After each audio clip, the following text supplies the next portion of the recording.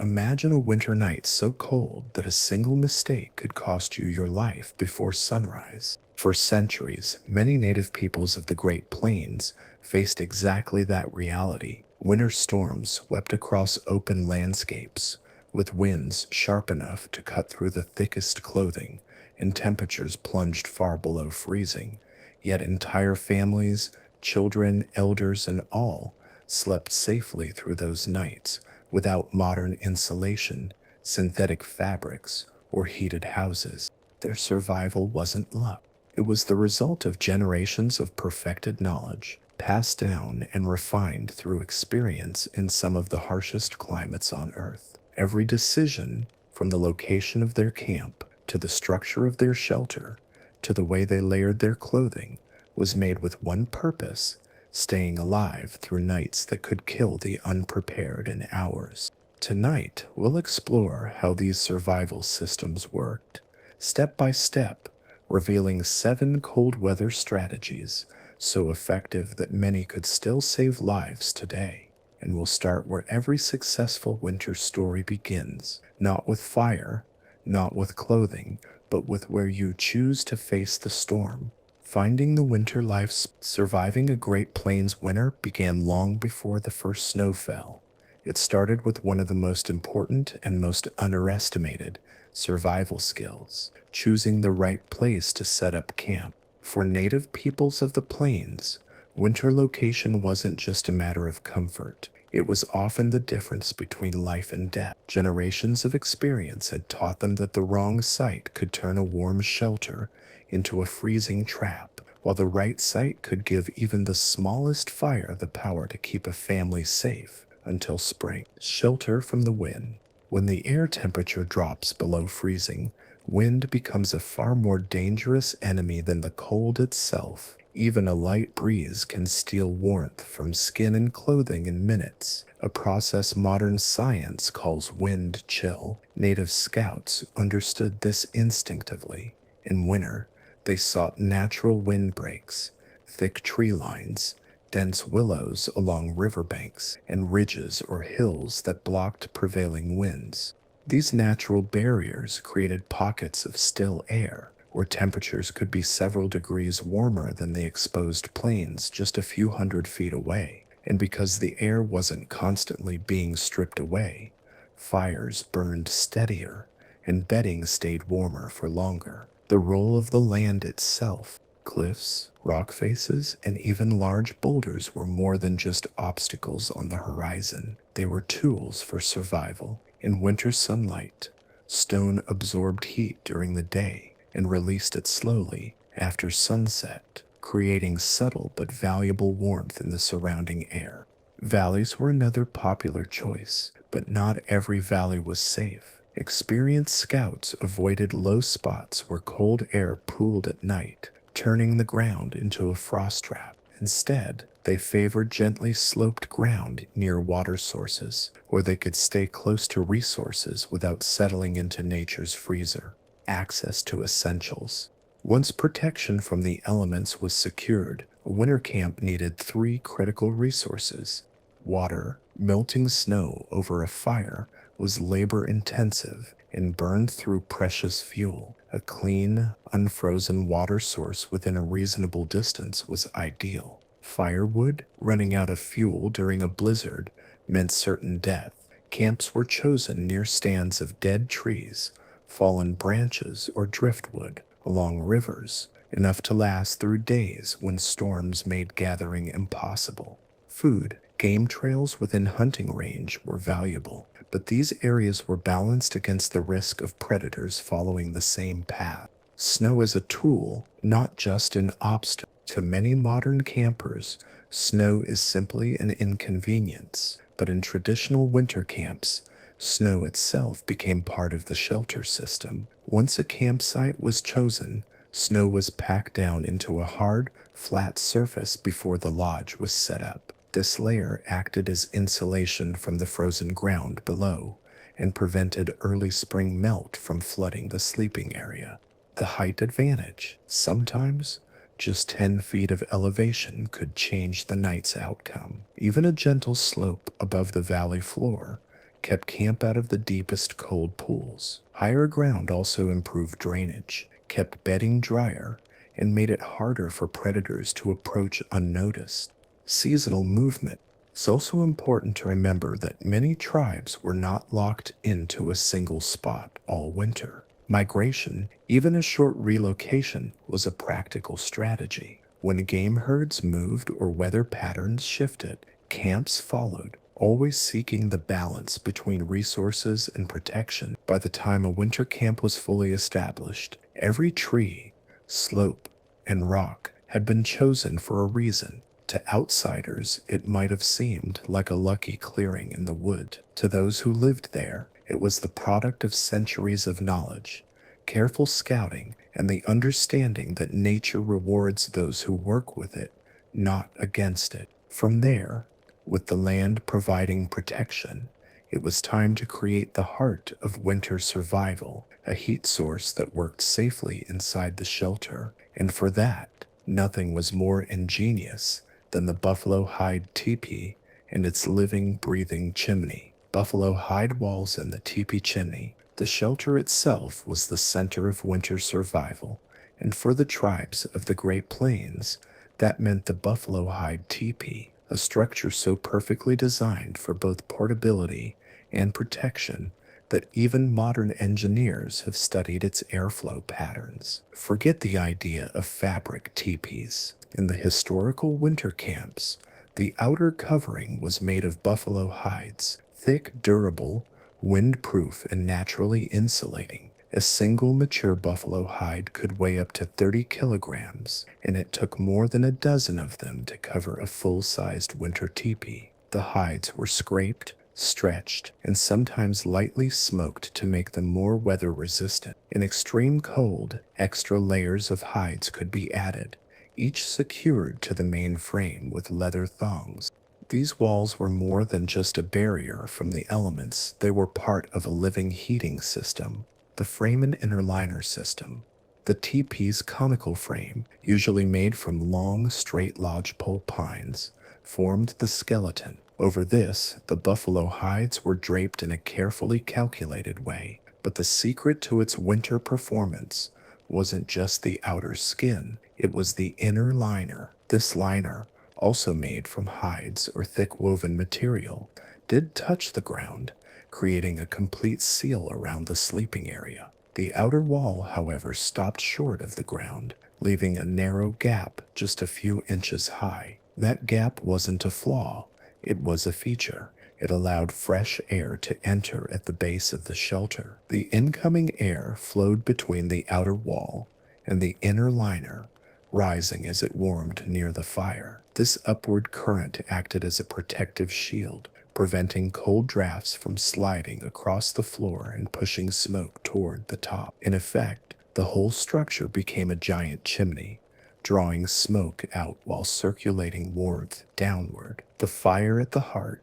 Inside, the fire pit was always placed directly in the center of the floor. This was not by chance. The center position allowed heat to radiate evenly in all directions, reducing cold spots and keeping everyone within a similar temperature range. The pit itself was shallow, about the depth of a man's hand, which helped promote upward airflow instead of trapping heat at ground level. The fuel was almost always dead, dry wood, collected with care. Wet or green wood produced smoke thick enough to choke the air inside, so only seasoned wood was considered safe for an overnight burn. Smoke flaps, the adjustable chimney cap. At the very top of the teepee were the smoke flaps, two overlapping hide panels that could be opened or closed with poles from the ground. Adjusting these flaps was an art form. In still weather, they could be opened wide to let smoke escape easily. In high winds, they could be angled to block gusts from forcing smoke back inside. The smoke flap holes allowed adjustments in real time, meaning the fire tender could react to changing conditions without stepping outside. In the hands of someone experienced, the teepee's ventilation system could be tuned like a musical instrument, balancing fresh air, smoke clearance, and heat retention. Vent tunnels and airflow tricks. Some winter camps took airflow control even further. Small trenches could be dug from outside the teepee to the fire pit, creating a low tunnel that fed the flames with oxygen from below while keeping the warm air inside. This trick, mentioned by modern reenactors and military veterans alike, allowed for cleaner burns and less smoke without losing valuable heat. The airflow pattern created inside was unique. Fresh air entered low, warmed quickly, rose past the fire, and drew smoke up and out the flaps. Meanwhile, the liner trapped a layer of warm air inside, acting like a thermal blanket over the sleeping area. Living with fire in a hide tent. Fire inside a shelter always carried risks, which is why the role of the night fire watch was so critical. This duty rotated among adults, ensuring the flames never burned too high, risking a spark to the hides, or too low, allowing the temperature to drop dangerously. Buffalo hides, unlike fabric, were slow to ignite and resistant to small embers, but no one took chances. Embers were raked into the center, and firewood was stacked vertically in a cone for clean, controlled burns. Why the teepee worked so well. Modern campers might wonder why this design was so effective in brutal winters. The answer lies in three principles the builders understood instinctively. Insulation. Buffalo hide blocked wind and retained radiant heat from the fire. Airflow. The liner gap system allowed fresh air to feed the fire without chilling the sleeping area. Adaptability. Smoke flaps, inner liners, and even the amount of covering could be adjusted daily for changing condition. This meant that even in temperatures far below freezing, the inside of a well-managed winter teepee could remain warm enough to sleep comfortably without modern stoves, insulation, or synthetic gear. From the outside in, picture it on a still winter night. From a distance, the teepee is a dark silhouette against the snow, smoke drifting from the open flaps. Inside, the hides glow softly in the firelight, their thick folds holding back the wind. The air is warm, dry, and faintly scented with pine and smoke. Shadows dance across the inner walls while the fire crackles low, tended by watchful hands. Outside, the night may be deadly, but here in the circle of light, the balance between nature and human skill is perfect. From this heart of controlled warmth, survival extended outward to the ground beneath the sleepers, where another invisible enemy waited, the frozen earth, and meeting that challenge required a whole new layer of ingenuity. Sleeping above the frozen earth. Even with the most perfectly placed teepee, its buffalo hide walls sealed tight and the fire working in harmony with the smoke flaps, the people of the Great Plains knew that one enemy always lingered beneath them, the cold, unyielding ground. The earth in winter was more than just frozen dirt. It was a vast, patient thief of heat. Cold seeped upward through even the smallest contact points, silently draining warmth from the body throughout the night. For people who lived close to the land, this wasn't an abstract idea. They could feel it the moment they sat on bare ground in winter, that slow, heavy pull of warmth away from the skin, as if the earth itself were drinking it in. To survive weeks or months of such conditions, they needed a floor that would not just cover the ground, but break the chain of heat loss completely. Layer 1. Sculpting the foundation. It began before the first layer of insulation was even placed. Snow was not treated as an obstacle to be removed, but as a material to be shaped. Using wooden tools, bone shovels, or simply their own boots, the snow inside the teepee's footprint was trampled and packed until it became a dense, flat platform. This platform had several purposes. It created a thermal boundary. Packed snow contains trapped air, which slows heat transfer far better than bare frozen soil. It kept water out when spring thaw arrived. Meltwater would flow around the dense packed base instead of soaking upward. It leveled the space, ensuring that bedding layers stayed stable and sleepers didn't roll into cold or low spots. In some regions, this platform was edged with a low snow wall or ridge, just high enough to discourage drafts from sweeping across the sleeping floor. Layer 2, the willow and branch. Once the snow platform was set, the next layer was woven mats of willow or other flexible branches. These mats were made in warmer seasons and kept rolled for transport. A mat could be reused for years, becoming smoother and more compact over time. Laid side by side, the mats formed a resilient, springy foundation, raising bedding slightly above the snow platform. This gap, only inches high, it allowed a cushion of still air to form under the sleeping area, breaking the direct contact between the ground's deep cold and the layers above. In the stillness of the night, this air pocket might mean the difference between sleeping until morning or waking up shivering in the dark.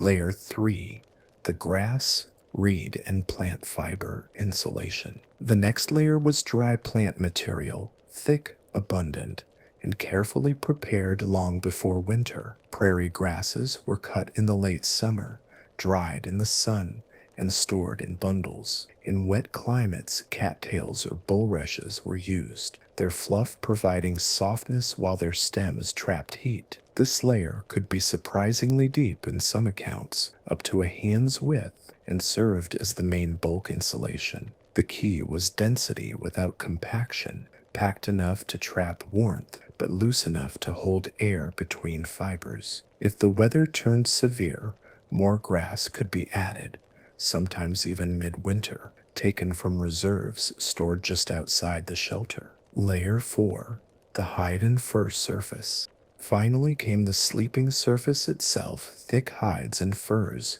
the ultimate defense against the cold. The fur side always faced upward to cradle sleepers in a soft, heat-trapping layer, while the leather side faced down, blocking moisture and wind. Buffalo hides were prized for their unmatched thickness and heat retention. Elk hides offered flexibility and comfort while still holding warmth.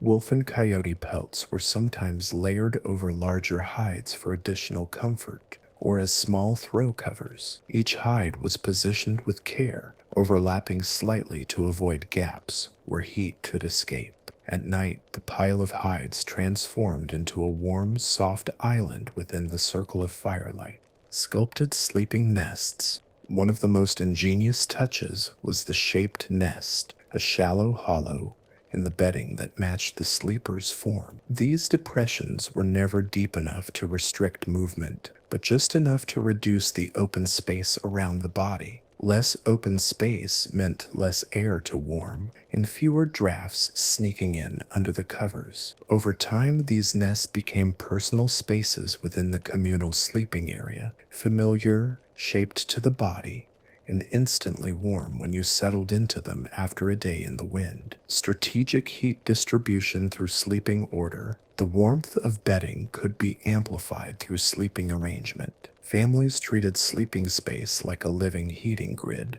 Outer ring, adults in peak health, whose bodies generated the most heat and could endure cooler edges. Inner core, children, elders, and those in poor health, protected on all sides by both human and hide insulation. At night, this arrangement turned the sleeping area into a layered shield, the heat of stronger adults feeding inward toward those who needed it most. Hot stones, nature's nighttime heater. On the most brutal nights, even this careful system needed reinforcement. Large, flat stones were heated by the fire through the evening. Once they glowed with invisible warmth, they were lifted with wooden tongs or antler hooks, wrapped in layers of hide or cloth, and tucked into bedding. These stones radiated gentle heat for hours, keeping feet, backs, or the central sleeping area comfortably warm until morning. Experienced fire tenders knew how to heat them to the perfect temperature, hot enough to last the night, but not so hot that they scorched hides or startled sleepers awake. Moisture and maintenance. No matter how good the layers were, moisture was the hidden enemy. breath condensation, sweat, and spilled water could all undermine insulation. Every morning, bedding was shaken out to restore loft. If frost formed on furs during the night, hides were turned and allowed to warm by the fire. Grass layers were fluffed to reopen air pockets. This daily care kept the insulation working at full strength, night after night.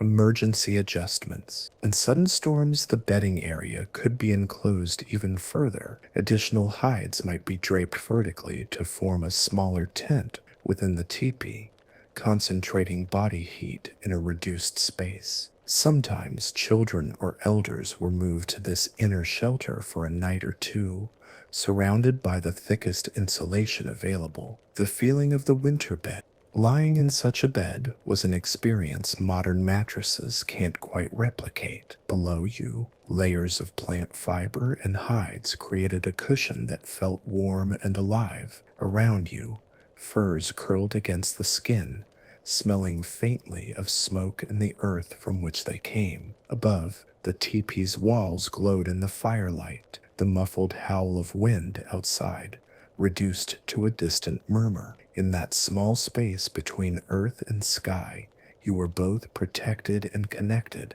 warm enough to sleep, but still part of the land itself. From the frozen ground to the crown of the teepee, every element of this system was part of one truth. Warmth in winter is not created by one thing alone, but by layers of small advantages working together, and no layer was more important than the one you carried on your own body. That was where the next strategy began, clothing systems that turned the human body into a self-sustaining source of heat. Even the most perfectly heated teepee could not protect its occupants from one of winter's most persistent threats, the frozen ground. Cold doesn't just come from the air. In deep winter, the earth beneath your feet becomes a massive heat sink, pulling warmth from anything it touches. Even with a strong fire, a person lying directly on frozen ground can lose body heat faster than they can produce it. Without a way to block that heat loss, the fire above means little. The people of the plains knew this better than anyone. They developed layered ground insulation systems that transformed raw forest materials into thermal engineering, centuries before the concept of insulation value existed. When a winter camp was chosen, the first task inside the teepee space was to prepare the floor. Snow was not simply shoveled away. Instead, it was packed down hard, creating a flat, dense base. This slowed the escape of heat downward, kept the cold from sinking deeper into the ground, and prevented early spring meltwater from flooding the interior. In some places, a shallow depression was shaped at the center, where the fire would sit slightly lower than the sleeping perimeter. This kept the beds on warmer, raised ground while allowing heat to circulate more evenly. Over this base came woven willow mats, crafted by interlacing long, flexible branches into tight, fat panels. These mats were sometimes layered 2 or 3 deep, creating a cushion of air pockets that trapped heat. Willow was ideal because it stayed flexible in the cold, resisted rot, and could be gathered in abundance along riverbanks. Once woven, these mats could be rolled up and carried to the next camp, ready to be used again the following season. On top of the mats came thick layers of dry grass, or reeds, harvested during the warm months and stored for winter. This was not a loose scattering, but a carefully packed mass, sometimes a foot deep in severe weather. Coarser prairie grasses formed the lower layers for structure, while softer sedges or cattail fluff made the upper layers warmer and more comfortable. These grasses acted like a natural down mattress, holding air in place and preventing the cold from seeping upward. The final layer, the one that directly touched sleeping bodies, was made from hides and furs. Buffalo hides were most common in winter, laid fur side up so the thick fibers trapped body heat. The smooth leather underneath acted as both a windbreak and a barrier against moisture rising from below. Elk hides were used for flexibility, deer hides for lighter coverings, and wolf or coyote pelts for smaller wraps. These hides were kept soft, brushed, and well dried so they would not stiffen in the night and lose their insulating power.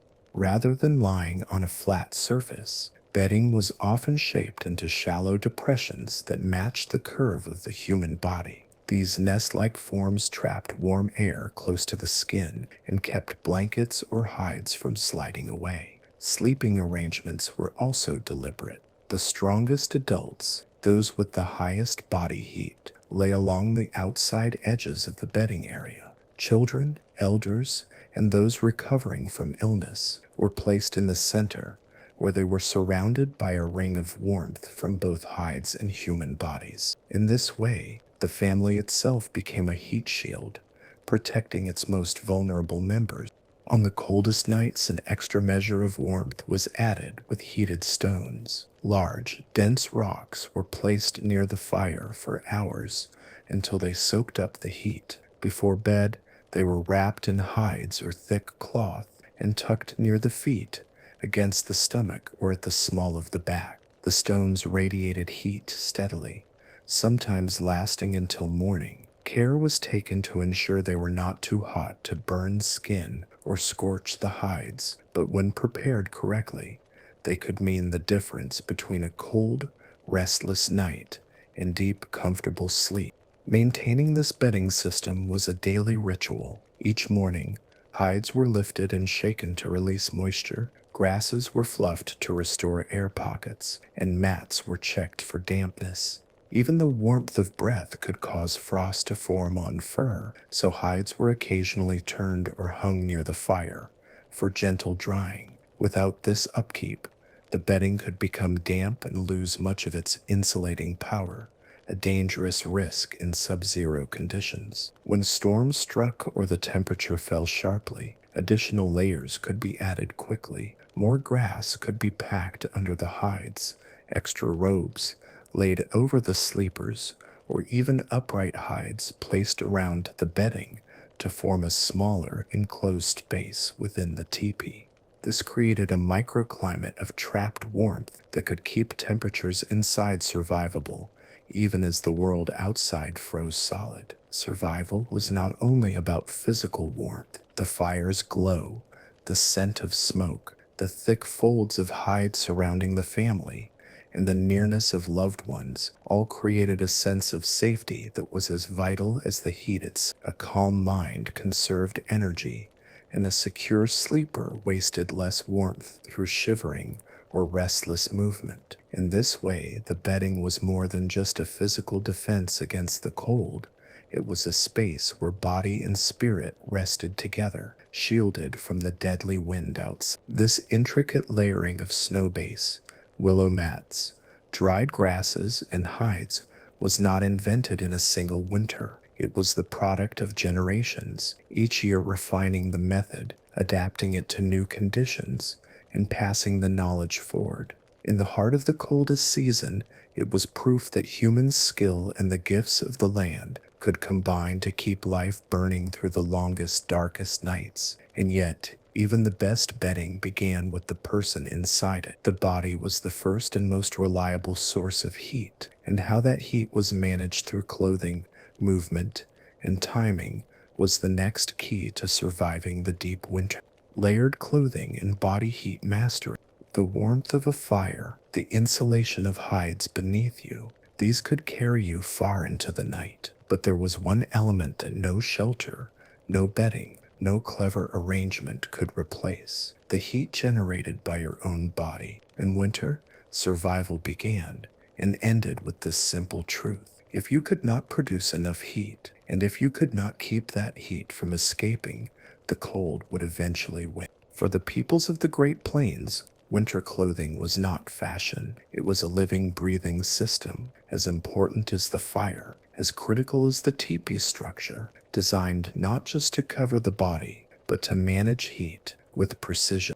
They understood something that many people today have forgotten. Staying warm in severe cold is not about piling on the thickest garments you own. It is about layering, building a system where each layer serves a specific purpose, working together to create insulation, regulate temperature, and keep moisture away from the skin. They began with what we would now call the base layer, worn closest to the skin.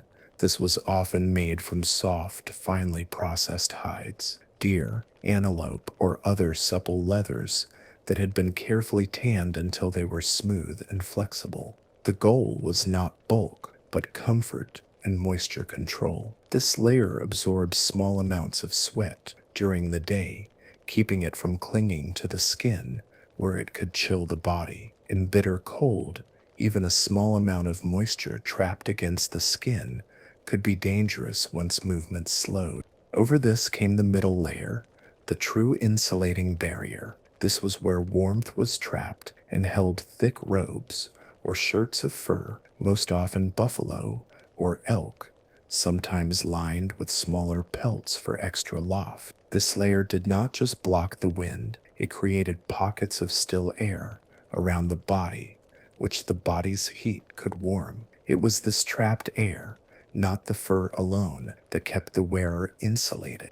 Finally came the outer layer, the shield against the elements. This was often another hide, sometimes with the fur side turned outward in dry snow, sometimes reversed in wet conditions, to let the smooth leather shed moisture. The outer layer was built to take the punishment of wind, ice, and snow, so that the layers beneath could do their work undisturbed. Every part of the body was considered. For the head, fur-lined hoods or caps were used, often designed to cover the ears completely. Some were made from wolf or coyote heads, with the fur continuing down the back of the neck. The neck itself was never left bare. Wide collars or scarves of fur kept the blood flowing through this critical area warm before it reached the brain and the upper body. The hands and feet received special attention. Fingers and toes are among the first to lose heat in the cold,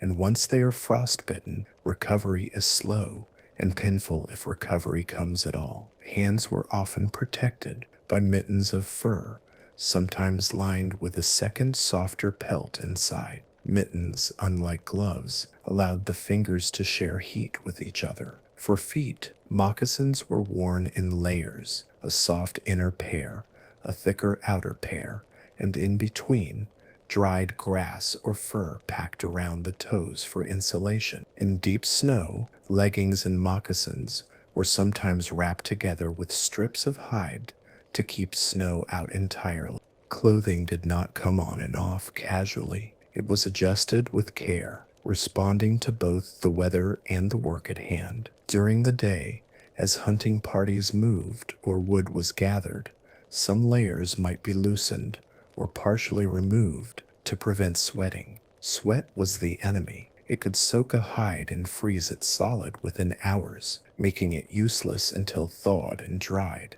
The people knew that staying dry was just as important as staying warm. Even at night, clothing was rarely removed in winter.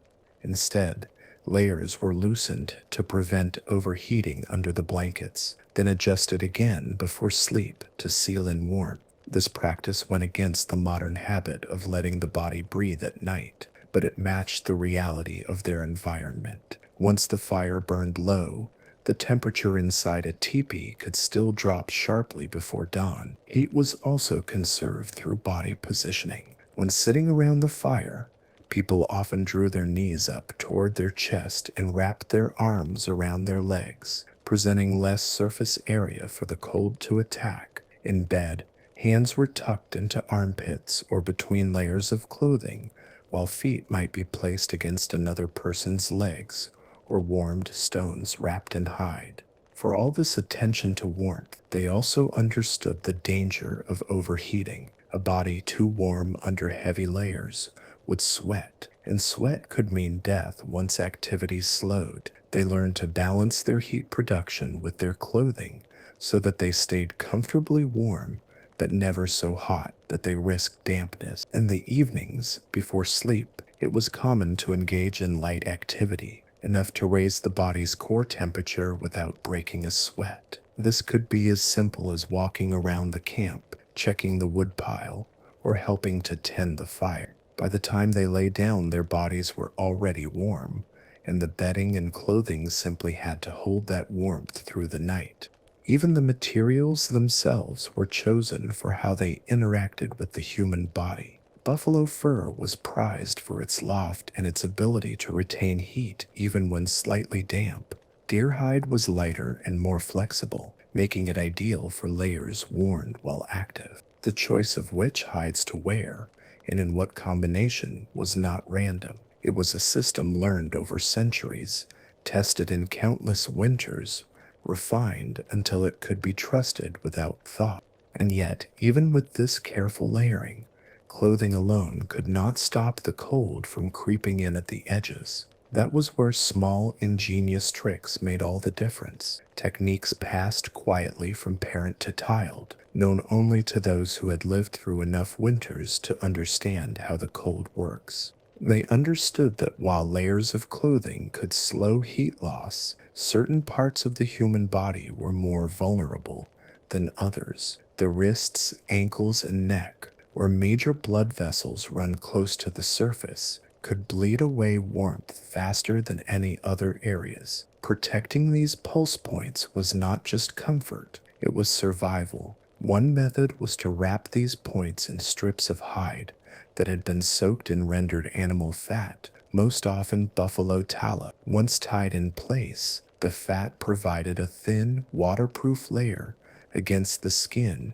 while the hide trapped the heat in the blood passing through. This meant that the warm blood flowing from the body's core could reach the hands and feet with less loss along the way. Tallow was valued for more than just wraps. In some camps, it was applied directly to the skin, especially on the face, ears, and hands before long hunts or night watches. Buffalo tallow was thick and slow to wear off, offering hours of protection against wind and frost. In extreme cold, bear fat was even more prized, for it could last the entire day without needing reapplication. Lighter fats from deer or certain birds were easier to spread and used for delicate areas like around the eyes, where heavier coatings would be uncomfortable. Ash from the campfire was also used, often mixed with tallow into a paste. This served two purposes. The fine particles of ash acted as an extra wind block, and the carbon in the ash absorbed and held a small amount of heat from the fire. Applied in streaks or patches to expose skin, it worked like a primitive but functional thermal paint. Some even pressed ash into the outer layer of their clothing, creating a subtle extra shield against wind-driven snow. Clothing was also adapted for movement. A hunter tracking game over snow could not wear the same setup as someone sitting by the fire all day. Hunters favored slightly looser garments that allowed for layering to be adjusted quickly, sleeves that could be rolled and tied, leggings that could be loosened at the knees for ventilation during hard climbs, belts that could be tightened or loosened without removing layers. In many cases, hunters carried an extra hide that could be thrown over the shoulders when still and set aside when moving. Footwear was given special treatment. The inner moccasin was often lined with rabbit fur for its softness and warmth, while the space between the inner and outer moccasin could be filled with dried grass, cattail fluff, or loose fur. This filler could be changed daily to ensure it stayed dry. On deep snow days, lead coverings were extended over the tops of the moccasins and tied off, preventing snow from melting inside and soaking the insulation. In icy conditions, some soles were roughened with small cuts or sewn with additional strips of hide for grip. Hands, too, saw variation. While mittens were standard in severe cold, hunters sometimes wore a split design, the warmth of a mitten with the ability to slip one finger free for pulling a bowstring or gripping tools. For long work by the fire, mittens could be turned inside out to dry the fur side without exposing hands to the air for long. Even the way garments were layered showed understanding of airflow and heat capture. And still, dry cold Fur was worn inside for maximum insulation. In wet snow or freezing rain, fur was turned outward so the smooth leather beneath could shed moisture, keeping the inner layers dry. The outermost garments were often treated with a light coating of tallow to repel melting snow and ice. Clothing was not worn the same way day after day. The system was fluid, responding to weather, work, and health. If someone became ill, extra layers could be added without restricting breathing, and their clothing might be pre-warmed by the fire before being put on. Children often wore smaller versions of adult garments, but with extra length, so the hems could be folded and tied to trap warm air around the legs. Elders were given lighter inner layers to prevent sweating, since a chill from dampness could be fatal in their weakened state. When the cold grew truly dangerous, the clothing system was reinforced by positioning the body itself as a heat source. In the teepee, people sat or lay in ways that directed their heat toward each other, with garments adjusted to open toward the shared warmth and close to the outside. In this way, the clothing acted not just as a personal barrier, but as part of a larger heat-sharing network among the entire family. To a casual observer, it might have looked simple: furs, hides, and layers of leather. But to those who lived it, every seam, every fold, every tie had a reason. The way the wind shifted that day, the type of snow underfoot, even the work planned for the next few hours, all of it influenced what they wore, how it was worn, and how it could be adjusted on the move. This was a system not just of clothing, but of living in harmony with the cold, treating it as a constant force to work with, never something to ignore or fight blindly. Season did not mean the same thing on the Great Plains as it does today. The transition from autumn to winter could be swift, with snowstorms arriving long before the earth had settled into its deep freeze. Clothing, therefore, was not a fixed set of garments for the entire cold season, but an evolving system that responded to the gradual tightening of winter's grip. In early cold, when the air still carried a faint trace of warmth, outer layers might be lighter, made from thinner hides with shorter fur. These were easier to move in for hunting and gathering late-season food. As temperatures fell, heavier furs replaced them, often added over the lighter ones rather than swapped out entirely. The goal was always to trap more air without adding so much weight that movement became slow and exhausting. The first true snowfalls brought a shift in how fur was worn. In dry cold, fur inside kept the heat close to the body. But once snow began to melt on contact, many turned the fur outward, letting the smooth hide beneath repel moisture. On days when freezing rain coated the world in ice, a final hide layer, sometimes treated with tallow, became a protective shell, heavy, yes, but able to shed water before it could seep inward. Clothing was never just protection, it was also a form of storage, signaling an identity. Belts, straps, and sashes were integral to the clothing system, allowing knives, fire-starting tools, or small food pouches to be carried without exposing bare skin to retrieve them. In deep snow, this meant the difference between staying sheltered and having to venture outside to search for supplies with frozen hands. Decorative elements often carried practical uses. Fringe, for example, was more than ornament. It helped water run off garments more quickly, keeping the core layers dry. Beadwork and quillwork were stitched in ways that reinforced seams, making them stronger against wind strain. Certain patterns even marked garments as belonging to specific families or clans, which in times of shared camp life ensured clothing found its way back to its rightful owner after drying sessions by the fire.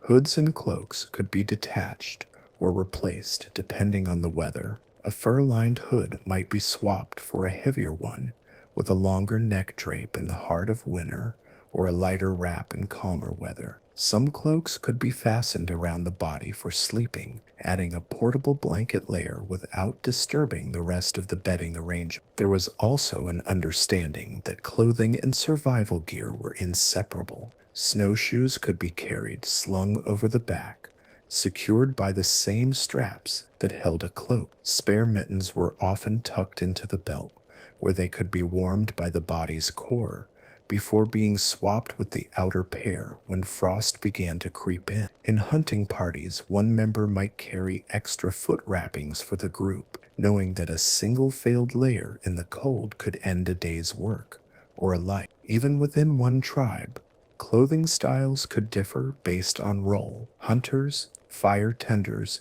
and scouts each had slightly different setups, optimized for their tasks. A hunter's leggings might be reinforced at the knees for crawling through snow, while a fire tender might wear sleeves with extra fur cuffs to keep sparks from burning through. A scout's footwear would be lighter and quieter, sacrificing some insulation for silence and speed. These systems were not unique to the plains alone. Across the far northern world, peoples who lived in cold and open landscapes developed parallel solutions. In the Siberian tundra, reindeer herders wore layered hides much like buffalo robes, with fur turned inward in dry, cold, and outward in wet conditions. The Inuit used seal and caribou hides in combinations that managed moisture and wind with the same careful attention to layering. In each case, the principle was identical.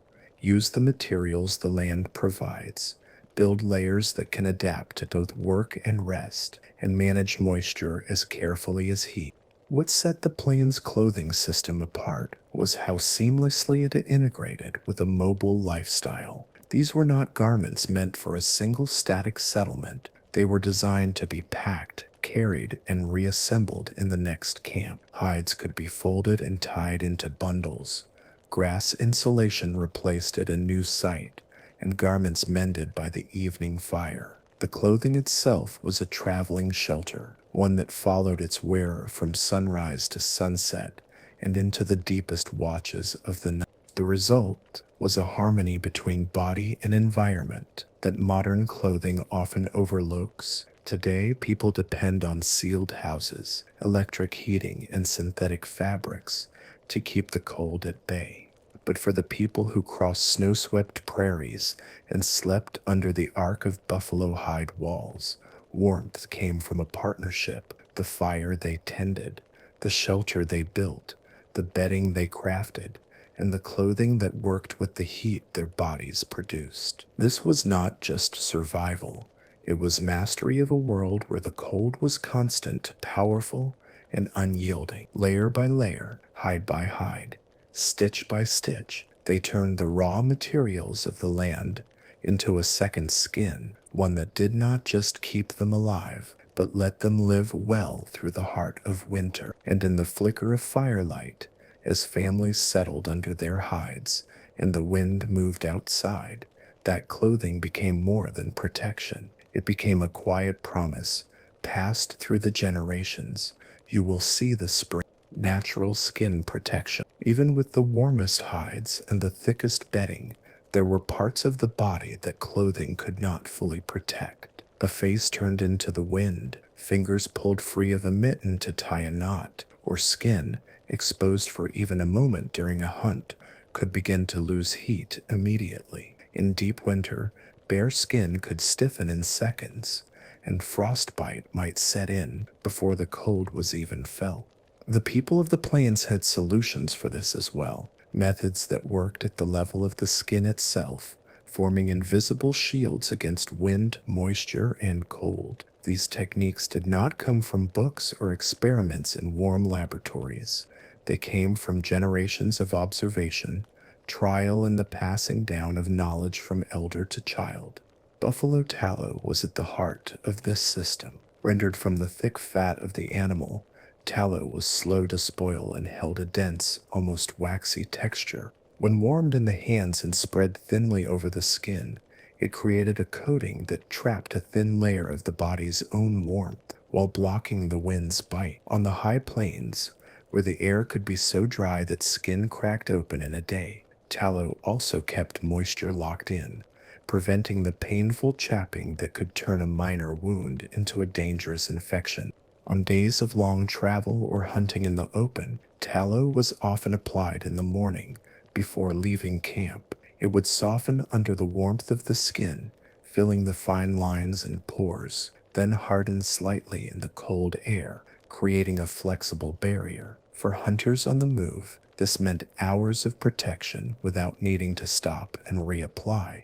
Buffalo was not the only source of protection. Bear fat was considered a prize, not only for food, but for its remarkable staying power on the skin. It was thicker and more adhesive than tallow, able to endure through entire days in deep cold without wearing off. For this reason, bear fat was often reserved for the most extreme conditions, long hunts, night watches, or when tending the fire in open air during a storm. Deer fat, by contrast, was lighter and softer. It spread easily and was gentle enough for children or those with damaged skin. In camps where resources were scarce, lighter fats might be applied in the morning and touched up with heavier coatings only when needed. This careful rationing ensured that the most protective materials lasted through the harshest months. Bird fat was also used for specialized needs. In particular, goose or duck fat was prized for protecting delicate areas such as around the eyes, lips, or nostrils. It was softer than other fats and stayed workable even in the coldest weather, making it easy to apply without heating. Its resistance to freezing meant it could keep small exposed areas safe where bulkier coatings would be uncomfortable. Even with these fats, there were times when a second layer of defense was needed, one that could work with the fat to provide both warmth and wind resistance. This was where ash came into play. Ash was more than a byproduct of the fire. For those who depended on open flames every day of winter, it was a resource, fine, powdery, and surprisingly useful in ways that had nothing to do with cooking or fuel. In the bitterest cold, it became a partner to animal fat in protecting the skin from the elements. The ash most valued for this purpose came from hardwoods, cottonwood, oak, or hickory, where available. These burned down to a fine, light powder that adhered well to both hide and skin. Softwoods, while abundant, left behind coarser arse that did not cling as effectively and could scratch or irritate the skin. Once a fire had burned low, the embers were raked aside and the whitest, cleanest ash was sifted out. Care was taken to avoid ash that still held sharp grit or unburned charcoal chunks,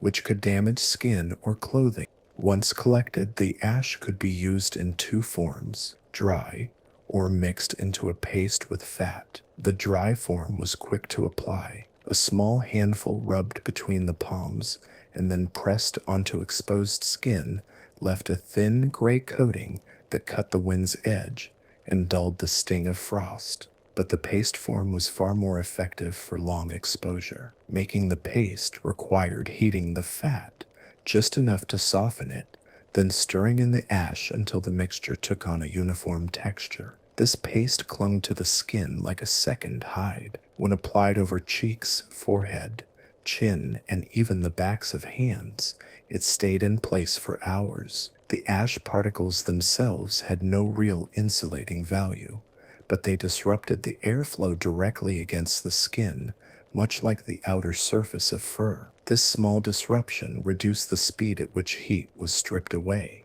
which in deep cold could make the difference between comfort and frostbite. For those working near the fire, the ash paste also offered a strange secondary benefit. It acted as a mild shield against sparks. Tiny embers that might otherwise singe skin or leave red marks were more likely to cool before reaching the flesh. This made the ash paste particularly useful for fire tenders, whose work required them to lean close to the flames while adding wood or adjusting smoke flaps in the night. The application process itself was almost ritualized. In the coldest months before setting out for hunting or travel, Family members might help each other apply the paste, ensuring that no exposed skin was left uncovered. Children, especially, were checked carefully, their ears, noses, and cheeks given an extra layer of paste to keep the sharp wind from biting too deeply. Hunters working in pairs would coat each other's faces in quick, practiced motions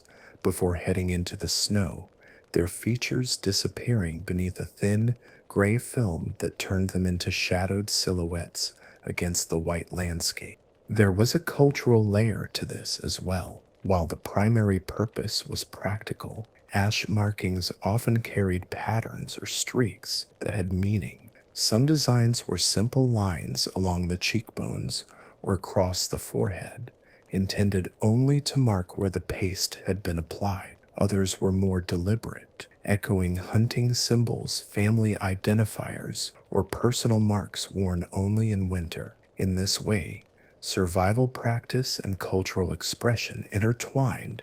The same paste that guarded against the wind could also say something about who you were and where you belong. It is easy for the modern mind to imagine these markings as decorative first and functional second, but for those who lived with them daily, it was the opposite. The designs came after the need. The protection always came first. But once a method becomes part of the rhythm of life, meaning tends to grow around it, weaving it into the identity of the people who practice it.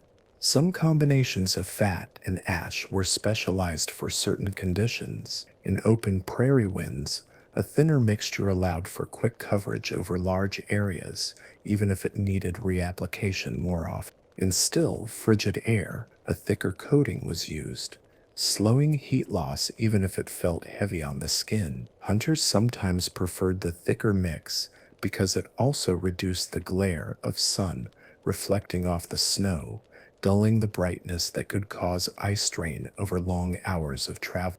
These practices were not unique to the plains. Among Arctic peoples, soot from seal oil lamps mixed with blubber served a similar role. In the Siberian north, reindeer herders used fine char from burned birch mixed with fat to protect their cheeks from the wind while tending her. The materials varied, but the principle was the same, a thin, adherent barrier at the surface of the skin that cooperated with clothing and body heat to keep the cold from finding a way in. Pulse points were the gateways through which the cold could steal warmth directly from the blood. The wrists, ankles, neck, inner elbows, and the backs of the knees, all places where veins ran close to the surface, were vulnerable in ways that thick hides over the torso could never fully counter. The people of the plains understood this without the vocabulary of modern anatomy. They learned it from centuries of experience. If these points stayed warm, the body could endure longer, move faster, and sleep deeper. If they were left unguarded, frost crept inward no matter how many layers you wore. The most direct way to guard them was with wraps. Strips of supple hide, softened through repeated working, were cut to widths that could circle the wrist twice or 3 times without binding too tightly. These were not tied like rope, which could restrict blood flow, but overlapped in a spiral and secured with a thong or bone pin. When extra insulation was needed, these strips were soaked in warm animal fat before being tied in place. The fat penetrated the hide, making it heavier and more resistant to wind. This method was often used before long hunts, where hands and feet would be exposed for hours in the cold. Even when the rest of the body began to chill, these insulated gateways kept the blood warm enough to prevent the deep ache of frostbite. Hunters could go longer without stopping, and when they did pause, they warmed up faster because their blood never truly cooled to the dangerous point. At the ankles, similar strips were wrapped between the inner and outer moccasin, sealing in heat where the foot met the leg. This also had the benefit of keeping snow from working its way down into the footwear, a small comfort that could prevent hours of misery. In camp, these wraps might be swapped for thicker versions worn over leggings, designed for sitting near the fire without melting the snow clinging to boots. The neck was treated with the same seriousness. It was a place where warm blood from the heart passed upward toward the brain, and if chilled, the entire body seemed to follow. Wide collars of fur were worn in even mild cold, the long hair trapping heat before the wind could strip it away. On the coldest nights, strips of hide lined with downy underfur were tied snugly at the base of the neck, sometimes tucked under the hood or cloak, so that no gap remained between clothing layers. In some camps, a heated stone, small enough to fit in a hand, was wrapped in hide and tied gently against the back of the neck for a short time before sleeping. The warmth there spread quickly through the bloodstream, helping the body relax into deeper rest. This was not done all night, as it would cool eventually, but as a way to start the night with a full reserve of heat in the blood. Integrating these methods with the clothing system was an art in itself. The goal was not to add bulk, but to reinforce the weak points without interfering with movement. A hunter climbing a snowbank needed to bend at the knee without the wrap cutting into the back of the leg. A fire tender needed wrist wraps that could shift slightly without loosening, so they could lean forward without adjusting them. Every wrap and binding had to be tested, not just for warmth, but for how it moved with the body. The materials for these wraps were chosen carefully. Thin, pliable elk hide worked well for areas that needed flexibility, like the knees or wrists. For parts that stayed still most of the time, such as the back of the neck, heavier buffalo hide could be used for greater insulation. The inner lining was often of softer fur, rabbit, fox, or coyote for comfort against the skin. The fur side was placed inward to trap heat directly at the pulse point, while the outer hide or leather resisted the wind. Maintaining these protective layers through an entire winter required discipline. Hide wraps soaked in fat could become stiff if left unused for too long, so they were often warmed by the fire before being worn again. Ash paste that had been applied to exposed skin could build up in clothing seams, reducing flexibility. This meant garments were brushed clean in the morning and retreated only as needed. Fat-soaked leather was also prone to picking up debris from camp life, bits of dried grass, ash, or loose hair from hides, so it was gently scraped and re-oiled every few days. This kept it supple enough to be wound around a wrist or ankle without cracking in the cold. The fats themselves were stored with as much care as food. Tallow and bear fat were kept in tightly sealed hide pouches, sometimes buried in snowbanks where the temperature remained stable. If they froze too hard, they could become brittle and difficult to spread. If they warmed too much, they could turn rancid. Finding that balance meant knowing the microclimate of the camp, where the shade lasted longest, where the snow stayed clean, where predators wouldn't be drawn to the smell. Pulse point insulation also played a role in sleep. At night, before bedding down, vulnerable family members, children, elders, and anyone recovering from illness had their wrists and ankles wrapped first, even before their outer blankets were tucked in. This kept the warmth of the bedding concentrated where it could do the most good, ensuring that body heat cycled through the system instead of being lost at the edges. Parents would sometimes reach into the bedding to feel for warmth at the wrists of their children, a quick way to judge if the layers were working or if more needed to be added. In this way, these small, precise protections became part of the nightly rhythm of camp life. Just as the fire had to be fed and the bedding shaken, the pulse points had to be checked and sealed. It was a reminder that survival in the cold was not about one grand act, but the accumulation of many small, careful steps, each one reinforcing the other. In winter on the Great Plains, no single survival trick existed in isolation. The fire, the teepee's chimney effect, the bedding, the layered clothing, the fat and ash on the skin, the pulse point insulation. Each one was a thread. Alone, each helped a little.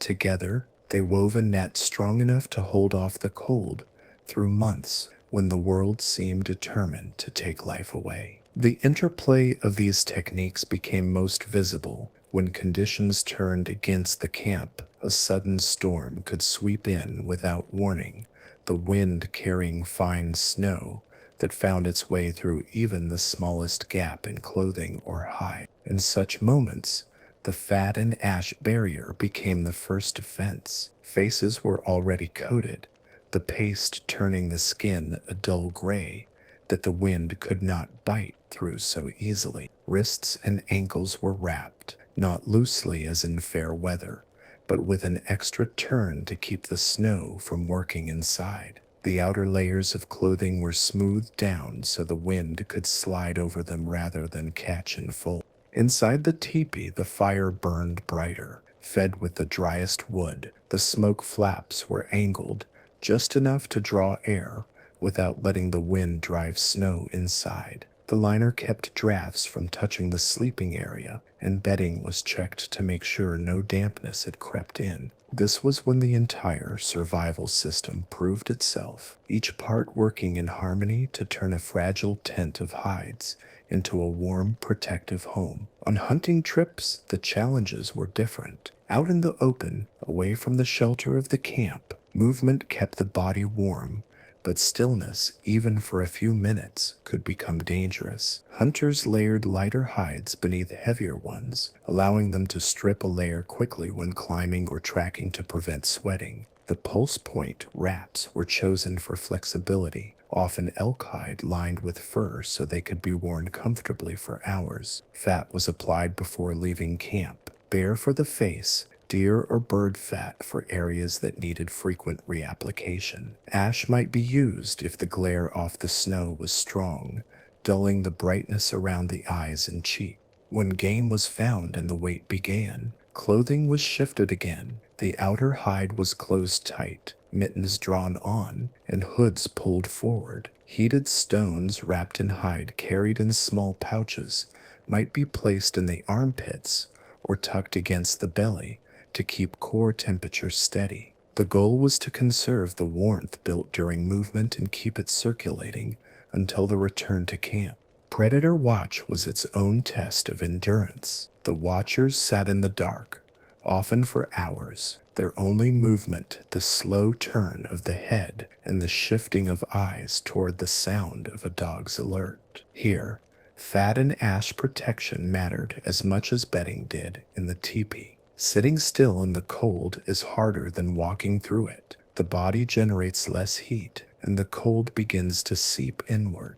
Pulse points were insulated heavily, sometimes with double wraps. Feet rested on layers of dry grass to keep the cold from the frozen ground from creeping upward. A small hide might be draped over the lap, adding an extra layer without interfering with quick movement if action was needed. Watches like this were often taken in pairs, not just for safety but for warmth. A shared hide or cloak could be pulled over two people sitting close, their combined body heat building a pocket of warmth beneath. The dogs, too, were part of the system, not just for their warning barks, but for their own body heat, which could be shared in moments when the cold pressed too sharply.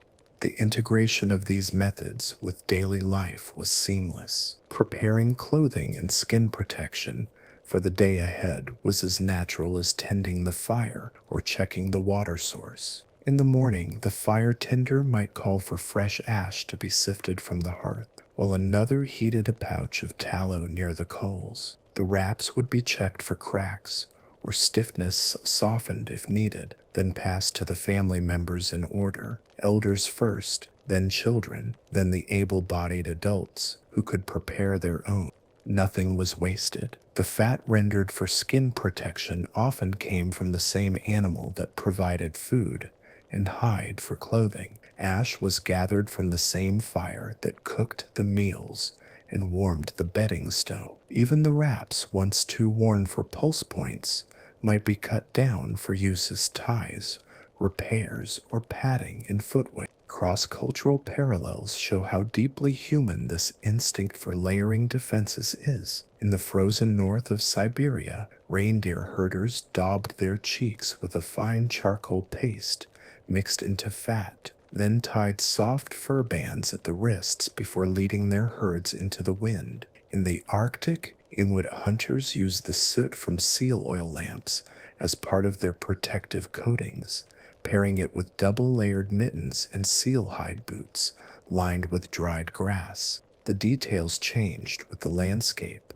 but the rhythm was the same: protect the skin, seal the gateways, trap the heat, and never let moisture undo the work. As the winter dragged on, these habits became second nature. A child might mimic the motion of smearing ash on a doll's cheek, learning without a word how to protect themselves years before they would face the cold alone. Elders told stories by the fire about winters past, their hands moving automatically to check the ties at their wrists, a reflex born of decades of practice. The tools were simple: hide, fur, fat, ash, and skill. But in the hands of a people who had built their lives in the teeth of winter, they became as effective as any modern technology.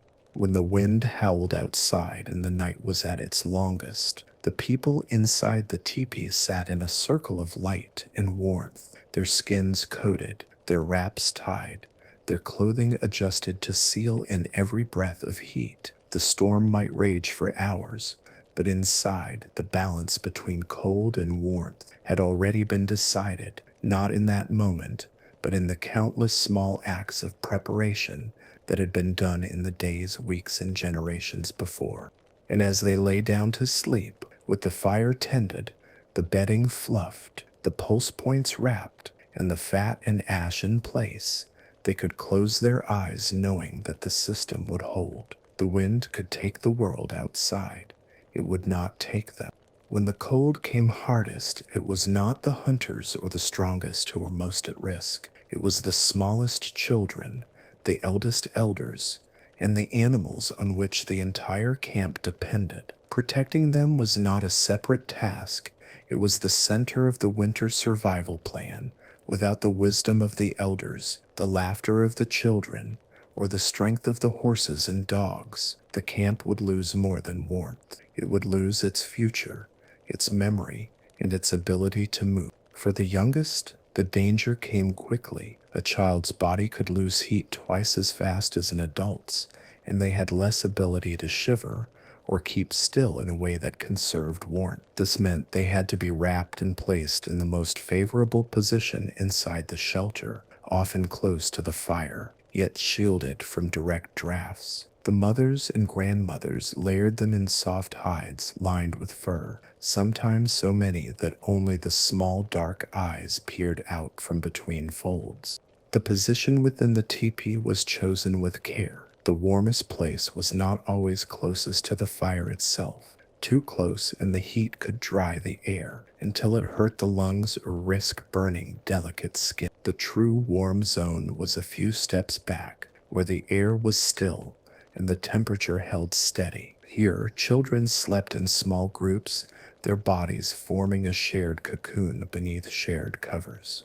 Elders were given similar consideration, though for different reasons. Age could dull the body's ability to regulate temperature, making the cold feel deeper and last longer in their bones. But elders brought something to winter that no fire could doubt: the knowledge of every storm they had endured before, the patterns of ice and thaw, the wisdom of when to risk travel and when to wait. They were positioned where they could both stay warm and still observe the camp's movement. Even lying down, they could offer quiet instructions, reminding the young to adjust a flap or feed the fire in a certain way that would keep the smoke drawing clean.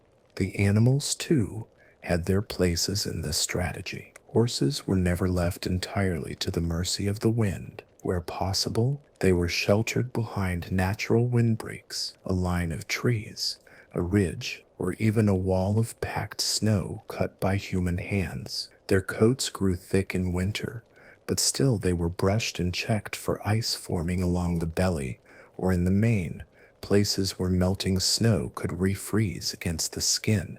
Dogs were both workers and companions in this. They could warn of danger, carry loads, and in emergencies provide warmth themselves. It was not uncommon for a child to fall asleep with a trusted dog pressed against their side, the animal's breathing slow and steady, its body heat an extra shield against the night. In return, the people made sure the dogs were fed well enough to keep that heat burning through the worst of the cold. None of these measures were done by chance. They were part of an unbroken chain of winter knowledge, learned not in books, but in the slow teaching of life lived in a place where survival depended on each person watching over the others. Keeping children and elders warm through a plains winter was not a single act, but an ongoing rhythm, a quiet rotation of care that began before the sun went down and lasted until morning light returned. It started with clothing, but not just any clothing. The outer hides were selected based on the weather of the day, the expected wind during the night, and the condition of the bedding. For children, the base layer was always something soft against the skin.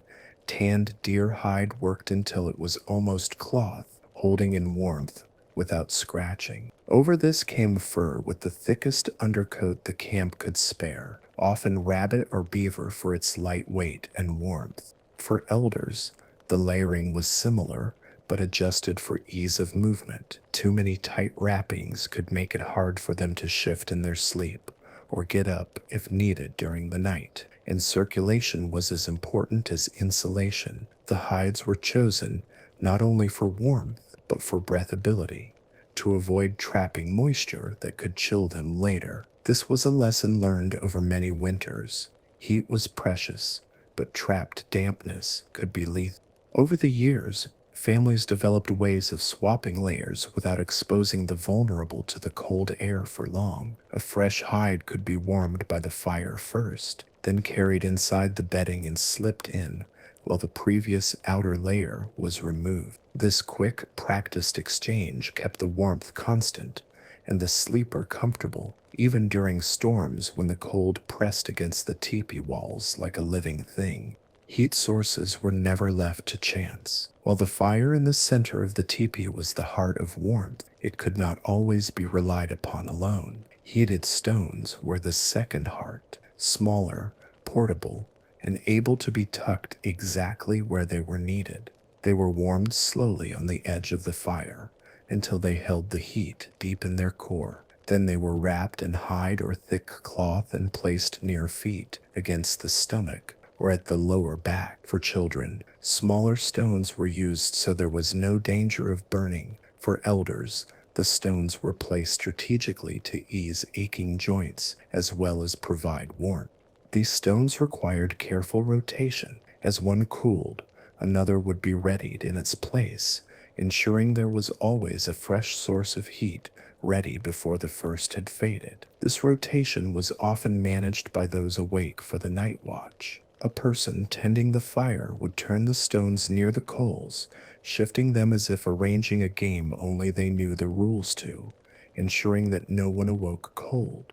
The watch itself was another layer of protection. Night was divided into shifts, each long enough for the watcher to fully tend the fire, check the bedding, and step outside to gauge the wind and snow.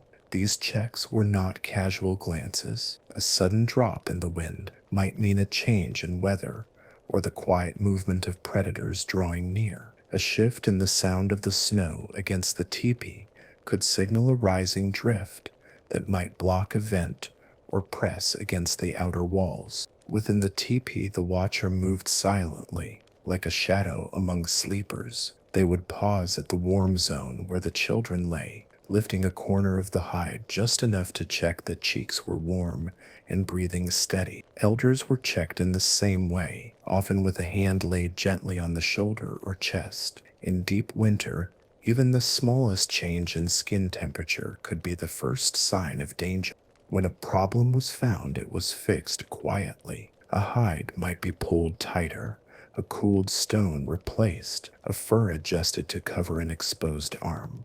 The goal was to keep the sleeper in warmth without waking them, unless it was necessary. In this way, the night watch was not only about guarding against the outside, but about guarding the comfort of those within. Feeding was as important to warmth as any hide or fire. An empty stomach could not hold heat, and a body without fuel was like an unlit lamp. For children, evening meals were timed carefully. Too early, and their bodies would have burned through much of the food's heat before sleeping. Too late, and they might struggle to settle, their small bodies restless from sudden energy. The best time was shortly before bedding down, a meal that combined easy-to-digest fats, rich meats, and sometimes warm broth thickened with roots or grains. Fats were the secret ingredient in surviving the cold. Rendered buffalo tallow was common, melted into soups or rubbed into roasted meat,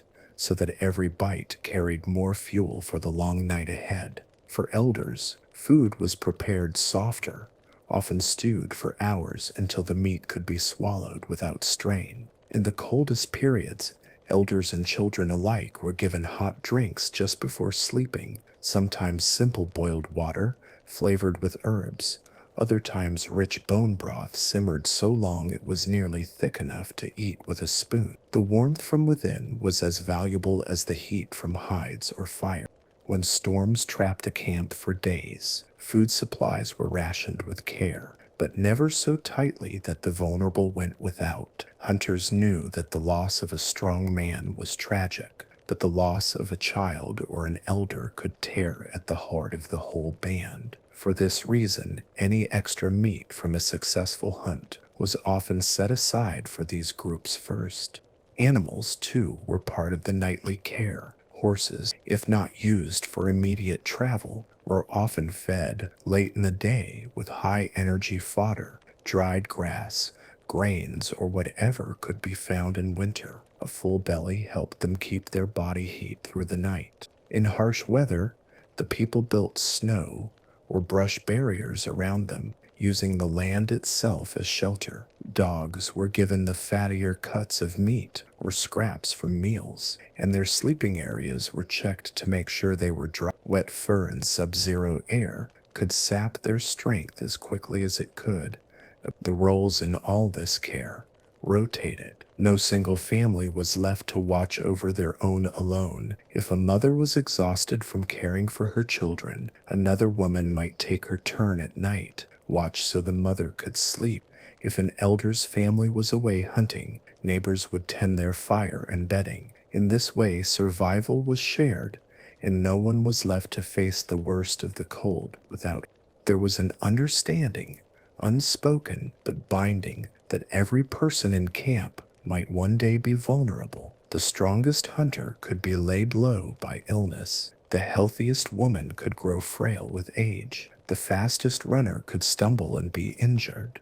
By protecting the weakest now, the camp preserved the promise that when the seasons turned, all who had been helped would return that help to others. When night watch ended for one person, the changeover was quiet. A gentle hand on the shoulder, a nod toward the fire, a murmured word about the wind or the snow. The next watch began without ceremony, but with full awareness of its weight. Each hour passed slowly, measured not by clocks, but by the sounds of the night, the pop of the fire, the sigh of the wind against the hide walls, the shifting of sleepers under their furs. In these small acts, a bowl of broth, a stone warmed and placed just so, a dog bedded down in a dry spot, lay the real work of survival. It was not the dramatic heroics of a single night, but the steady, repeated care of every night through a long, merciless winter. There were nights when the cold did not just press against the hide walls, but seemed to seep through them, a weightless presence that found every gap,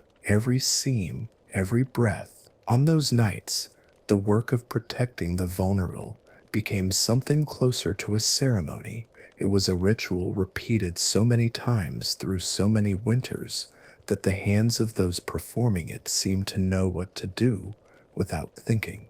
First, the fire was checked, not just glanced at. checked. Its heart was poked and stirred. Coals turned so that the glowing heat within rose back toward the surface. A watcher might sit before it for a few minutes, feeling the difference in the air as the warmth regained its strength. Then a fresh log, always dried and stored carefully, would be placed in just the right position, not too far into the flames to cause a sudden burst of heat, not too close to smother the fire. A good fire tender knew that sudden extremes in heat could unsettle the sleeping air in the teepee, creating uncomfortable drafts that disturbed both rest and temperature balance. Once the fire's rhythm was steady again, the attention turned to the people. The children were often arranged together, their smaller bodies sharing heat more efficiently that way. They slept in a tight nest, layers of hide beneath them, heavier robes above, and often the warm bulk of a parent or grandparent nearby. A watcher would move to them slowly, not wanting to stir them. One hand might slide under the outer robe, just enough to feel the heat trapped inside, not so much as to let it escape, just enough to judge whether more was needed. If more was needed, a warmed stone might be fetched from the edge of the fire, wrapped in thick hide so no heat would be lost before it reached them. This act was done quietly, sometimes with a low hum or a whisper, not because the sleeper could hear in any meaningful way, but because the act itself carried an intimacy that seemed to call for gentleness. The stone would be placed near the feet or the lower back, in a position that could warm the blood as it flowed outward. For elders, the process was similar, but with more care taken to avoid stiff joints or fragile bones. An elder's bedding might be adjusted more frequently, a folded hide slid under the shoulders, a fur tucked tighter at the side where a draft threatened to creep in. Sometimes the elder would stir and open their eyes for a moment. In those moments, a quiet exchange might pass between watcher and watched, a soft nod, a whispered warm enough, and the answer equally soft, before both returned to the rhythm of the night. There were also the unexpected moments, the small emergencies that could come without warning. A child might cry out in their sleep, not from the cold, but from a dream, and the movement might pull a robe away from their shoulders. A quick hand would draw it back into place before the cold could take hold. An elder might cough, and the sound might carry a change, wetter, deeper, that signaled the early signs of illness. In winter, every sign of sickness was taken seriously. If the cough came again, water might be warmed, or a small bowl of broth brought even in the middle of the night. Illness in deep winter required its own strategies. Sometimes heated stones were placed near the chest to loosen breath, or hides were adjusted to trap more heat while still allowing air to flow freely. Herbal remedies, dried and stored through the summer months, could be brewed quickly over the fire. Willow bark for fever, wild mint for the breath. These were not cures in the way we think of medicine now, but they brought comfort, and comfort gave the body strength to heal. Newborns, when they were in the camp during winter, were never far from the mother's warmth. Even at night, a newborn might be swaddled in soft hide and tucked against the mother's body beneath shared robes, using her body heat as the first and most reliable fire. The mother's bedding was always placed in the most even warmth of the teepee, often with another family member beside her as a shield against any cold that tried to creep in from the edges. There was also the matter of silence. Winter nights carried sound differently. The cold air outside made it sharp and clear, and inside the teepee, the stillness was deep. Too much movement or noise could wake others and disturb the shared warmth of the group. So, every action, replacing a stone, adjusting a robe, adding a log to the fire, was done with a kind of quiet patience. It was a way of moving that was less about speed and more about harmony with the night. Beyond the teepee walls, the camp itself was also kept watch over. A watcher might slip outside for a brief moment, pulling their outer robe close to check the animals or scan the horizon for movement. Sometimes the wind carried a shift in scent, the distant hint of another campfire, or the sharper smell of a predator. The dogs would sense it too, their bodies going still before their low growl rumbled in the cold air. If danger seemed near, the camp could be roused quickly, weapons readied, fires banked to provide light without giving away too much to the darkness. But most nights passed without such alarms, the world outside staying as still as the snow. Inside, the watcher's role was as much about preserving peace as preserving warmth. They understood that rest was a survival tool in itself, and that every hour of sleep given to the young and the old was an hour that strengthened them for the next. The night was long, but in that long stretch of hours, the camp's life was held together by these small, quiet acts of care. It was in these hours, between one shift of the watch and the next, between the stirring of the fire and the settling of the robes, that the true strength of the camp could be seen, not in the size of the hunt or the height of the lodge poles, but in the way each person, from the youngest to the oldest, was carried through the night by the hands of those awake in the dark. Some nights the danger came not from cold alone, but from the storms that arrived without warning. You could hear them before you saw them, a low hiss that seemed to rise out of the distance, building into a muffled roar as the wind gathered strength. Snow didn't just fall, it spun in thick curtains, moving sideways, driven hard enough to sting the skin. In those moments, the teepee became more than a shelter. It became the center of a small, self-contained world, and keeping it warm and safe was an all-hands effort. When such a storm approached, every able person moved quickly, not with panic, but with practiced precision. Extra hides were pulled over gaps in the walls. The lower edge of the outer covering was checked, tucked, and sometimes weighted down with snow itself, packed in a ridge to hold it in place against the wind's tug. The small gap left at the bottom for airflow was carefully balanced, enough to feed the fire with oxygen, but not so much that the storm could pour its icy breath inside.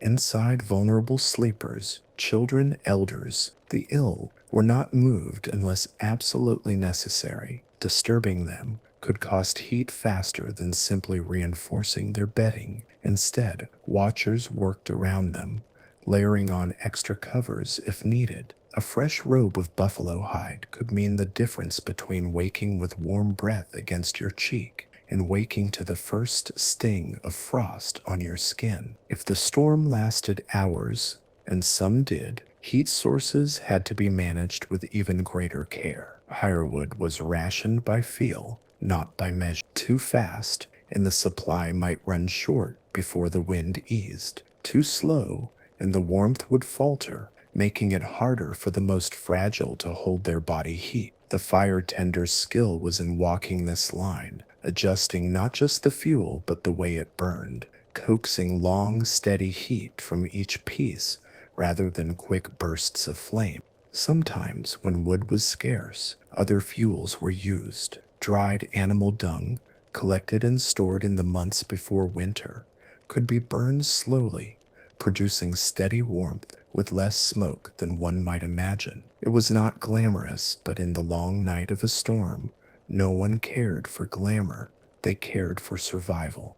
In rare cases, when even these methods couldn't keep up with the cold, families built what might be called a shelter within the shelter. A smaller enclosure, a wall of hides arranged inside the teepee, would create a smaller space to heat. This inner cocoon trapped warmth more easily, allowing the fire's heat and the sleeper's own breath to work together in keeping the temperature bearable. For the most vulnerable, it was the safest place to wait out the storm. Within this smaller space, life slowed to the essentials. Food, if eaten at all, was shared in small warm bites, enough to sustain, not so much that cooking drew too heavily on fuel. Water was kept warm near the fire to prevent it from freezing, and every sip was taken slowly, to keep the warmth inside the body. The air smelled of hides, smoke, and the faint sweet scent of whatever had been cooking earlier in the evening. Time in such storms passed differently. Outside there was no sense of day or night, only the unbroken rush of wind and the soft hiss of snow against hide. Inside, life was measured in the tasks that kept the cold at bay: tending the fire, checking the sleepers, warming the stones, adjusting the coverings. Even in the deepest hours, when most slept, someone remained awake. The knowledge that another person was up, watching over you, was a comfort as real as the heat itself. And when the storm began to ease, first as a shift in the sound of the wind, then as the faintest light began to seep into the world outside, there was no immediate rush to rise. Vulnerable sleepers were allowed to rest until their bodies woke naturally. Rushing them into the cold air, even for a moment, could undo the work of the whole night. For the first to step outside, the world would be transformed. Snow might lie in sculpted drifts, taller than a man, the air brittle and sharp in the nose. The camp's outlines would be softened, every curve and slope smoothed over by the night's work of wind and snow. In those early moments, the silence after the storm could be as overwhelming as the storm itself, a stillness so complete that the sound of your own breath seemed loud. But inside the teepee, life stirred again. The fire, now burning a little brighter, warmed hands and faces. The children, waking under their heavy robes, might peek out to see if the storm had truly ended. Elders would sit up slowly, stretching limbs that had been still for hours, warmed by the knowledge that they had made it through yet another winter night.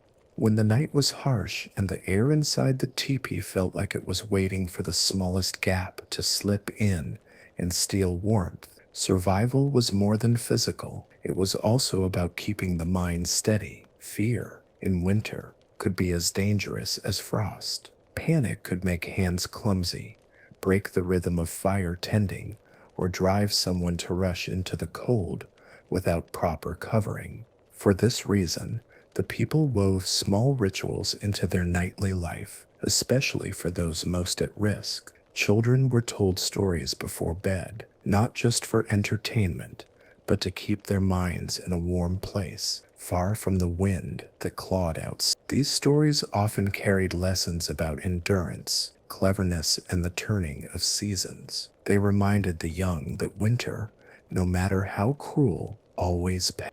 Elders, too, were given the comfort of familiar words. Sometimes a younger relative would hum a song or speak an old prayer while tucking an elder's robe. The rhythm of a familiar voice worked like another layer of insulation, closing the space between body and mind so that neither could drift toward the cold.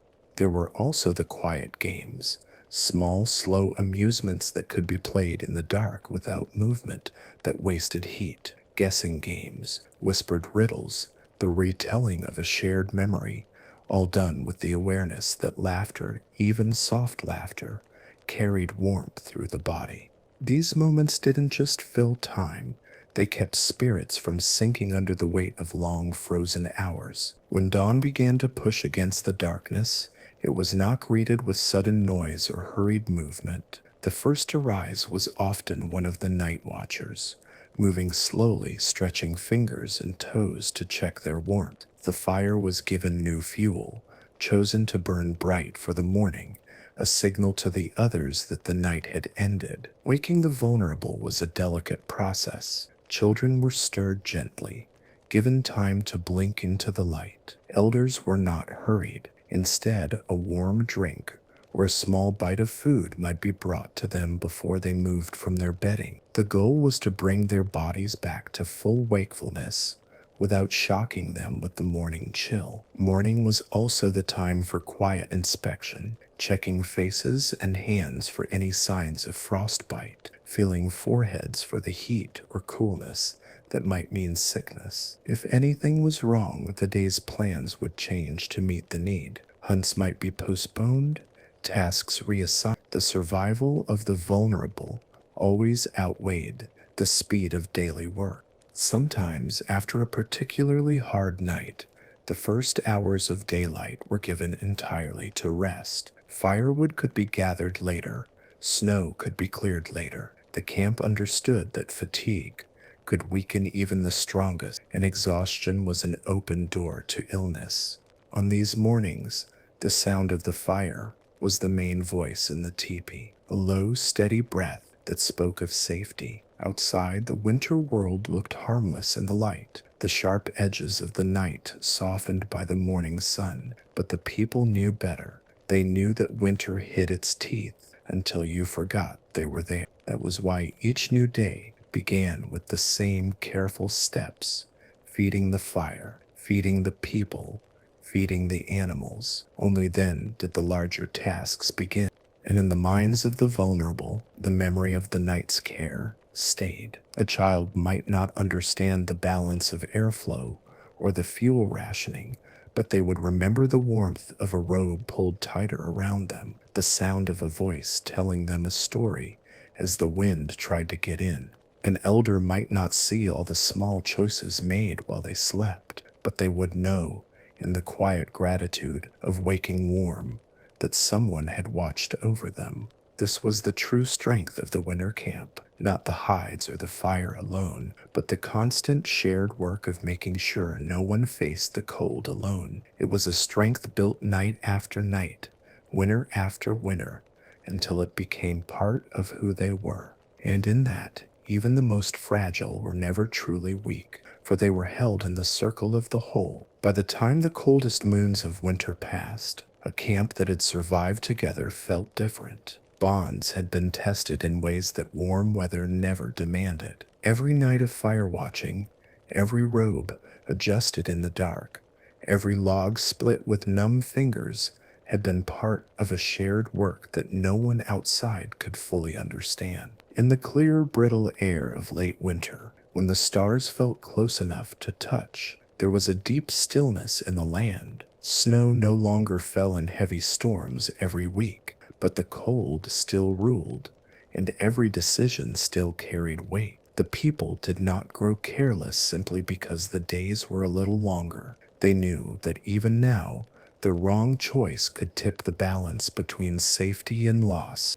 Each task in the day carried echoes of the nights that had come before. Firewood was not just wood, it was the memory of warmth that had kept a child breathing in the darkest hours. A robe of buffalo hide was not just clothing, it was the shield that had held an elder's heat against the pull of freezing air. Even a simple meal shared in the teepee was touched by the knowledge that food was fuel, and fuel was. As the season shifted, survival became less about enduring and more about preparing. Those who had tended fires through the storms began to watch the woodpile differently, counting not just what remained, but how much might be needed if one last great snow came before spring. The hunters, who had risked frost and wind for meat, began to travel farther, seeking game to dry and store. Women and elders worked to repair and strengthen hides so that they could be ready for the next turn of the year. Children, who had been wrapped and shielded from the worst of the cold, were slowly allowed more freedom to step outside, to feel the air, and learn its moods. They learned to read the snow, how it crusted under the night frost, how it softened when the sun climbed. They learned where the wind liked to run and where it curled back on itself to hide in quiet corners of the land. These were lessons that would keep them alive when their own time came to guard the fire. But even as the days grew longer, the nightly work did not stop. Fires still had to be kept, stones still had to be heated and wrapped. The vulnerable still needed their careful arrangements of robes and furs. The knowledge that the cold could return without warning kept everyone alert in the north, especially a day that felt like spring could be followed by a night that cut as deep as midwinter. In the evening, as the shadows lengthened, families gathered closer to the fire. Conversations were quiet, not because there was nothing to say, but because the fire's crackle and the sound of the wind beyond the hide walls carried their own kind of language. The younger ones still asked for stories, tales of trickster spirits, of great hunts, of ancestors who had crossed frozen rivers under the pale light of the moon. These stories were not just entertainment, they were memory made living, passed on in the warm breath of one voice to another. The most skilled storytellers could weave practical knowledge into their tales without ever sounding like they were giving a lesson. In a story about a hero's long winter journey, there might be a quiet moment when the hero chose to build a smaller fire to save fuel, and so the children listening would remember, without ever being told directly, that smaller fires were sometimes wiser. In the tale of a family that outwitted a hungry predator, there might be mention of where the teepee had been placed, or how a hidden vent let smoke escape without revealing their position. These small, folded lessons built the tribe's memory as surely as the fire built its warmth. Each night, they made survival not just an act, but a habit, a way of being that carried from one generation to the next. And always there was the understanding that no single skill, no single person was enough on its own. Survival was the sum of many small works, done well and done together. The fire could not keep someone warm if the bedding was poorly laid. The bedding could not hold heat if the fire died. The strongest hunter could not bring back meat if no one had tended the home to receive him. This was the circle, the same shape as the teepee itself, and within it, everyone had a place. When the first real signs of spring finally came, the snow melting from the south-facing slopes, the first thin streams of water running under the ice, there was no sudden celebration. The people greeted it with respect, knowing that spring brought its own hardships, but there was also a quiet pride in what they had endured. For the children, spring meant freedom from the heavy layers, the chance to run without their breath hanging thick in the air. For the elders, it meant warmth in their bones again, and the time to share their knowledge under the sun instead of the firelight. For the fire tenders, it meant sleeping a little more soundly, no longer waking every hour to check the flames.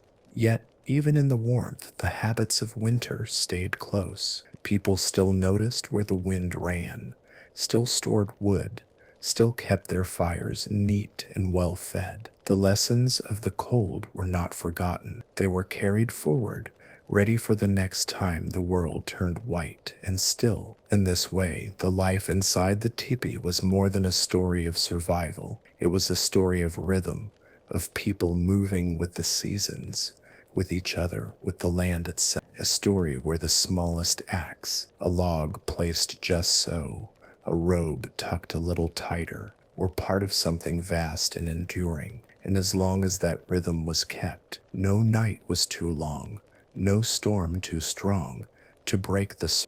And so, as the last snows retreated into the shadows of the tallest cliffs, the teepee stood in the quiet light of a new season. Its hide walls still bore the faint scent of wood smoke. Its poles still creaked softly in the wind, a reminder of all the nights it had stood against the cold. Inside, the ground was no longer hard with frost. The woven mats and furs that had been guarded so carefully were rolled and cleaned in the pale sunshine. Children carried them outside to beat away the winter dust, their laughter mixing with the slow drip of melting icicles. The air itself seemed softer, no longer heavy with the threat of. The elders sat near the entrance, watching the change with eyes that had seen it many times before. They said little, because there was little to explain. Those who had been through the winter together did not need words to know what it meant. It meant that they had done enough, that the nights of waking to feed the fire, the endless gathering of wood, the careful shielding of the most fragile, all of it had carried them here. The hunters prepared their gear in a different way now, not with the urgency of needing to bring back food for a frozen camp, but with the steady purpose of replenishing what had been. They knew that the wheel of seasons would turn again, and when it did, They would need these same skills sharper, if possible, than before. Around the camp, there was a quiet order to the work. Meltwater was channeled away from sleeping areas. Poles were inspected for wear. Hides were mended. The people moved slowly, not because they were tired, but because the long winter had taught them that moving steadily was better than rushing. At night, when the air still cooled enough for breath to show, the fire was lit again, not out of fear of the cold, but because the fire was as much a companion as any person in the camp. Its light flickered against the hides, casting shapes that told their own stories. Around it, people spoke less of surviving and more of what was to come: hunts, journeys, meetings with others when the rivers cleared. For the children, the winter had been a season of learning they didn't yet realize they'd had. They had seen what it meant for grown hands to tend them without complaint, for voices to speak calmly when the wind screamed outside, for a whole camp to bend its work toward the safety of each person. That knowledge would live in them long after the details of the cold were forgotten. And for the elders, this winter had been another chance to see the strength of those who came after them, to watch young backs carry wood without needing to be told, to hear new voices picking up the old songs. They had seen enough winters to know that survival was not just about enduring storms, it was about passing on the tools, the habits, and the mindset that would endure storms long after they were gone. One evening, as the last thin crust of snow melted into the earth, the camp sat together in the soft glow of the fire. The hides of the tepee moved gently with the breeze, the air inside carrying just a trace of the cold that had ruled for so long. Someone began a story, one of the oldest, about the first winter their people had faced, about how they had learned to watch the sky, to read the snow, to carry heat in their very way of living.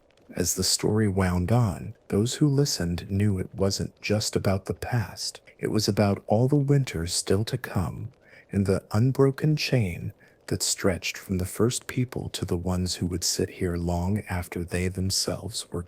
Outside, the night deepened. Inside, the fire burned steadily, as it always had, as it always would, a small bright promise that no matter how far the cold might reach, it would never reach the heart of the circle. And somewhere beyond the dark, the land waited, turning slowly toward the next season.